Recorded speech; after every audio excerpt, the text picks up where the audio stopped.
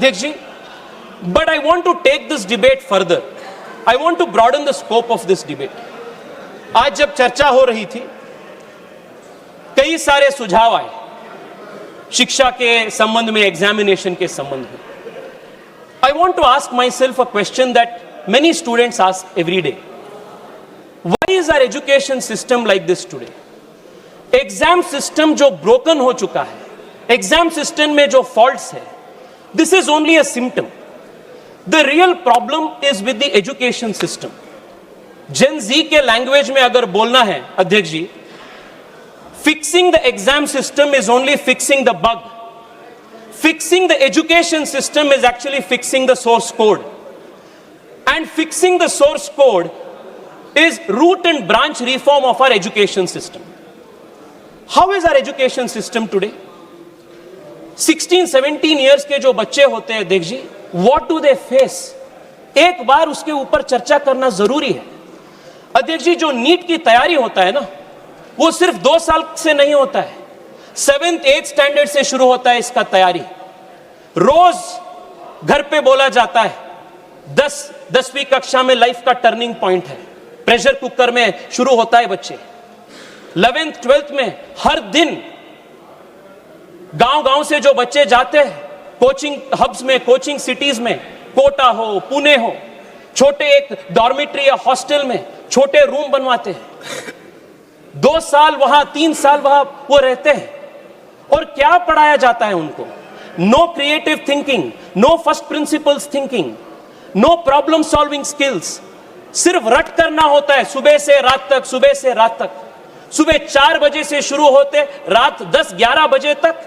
ना खेल, ना दोस्ती, घर परिवार से बातचीत नहीं. एक प्रकार से मशीन बन जाते हैं बच्चे. और जब बच्चों को वीकेंड पे या उनको समर में 10-15 दिन का छुट्टी मिलता है, जब घर पे जाते हैं सब रिश्तेदार उनसे पूछते हैं एग्जाम के ठीक तैयारी हो रहा है ना, कितना होगा रैंक, इस बार अच्छा मार्क्स होगा ना. और कंपैरिजन होता है.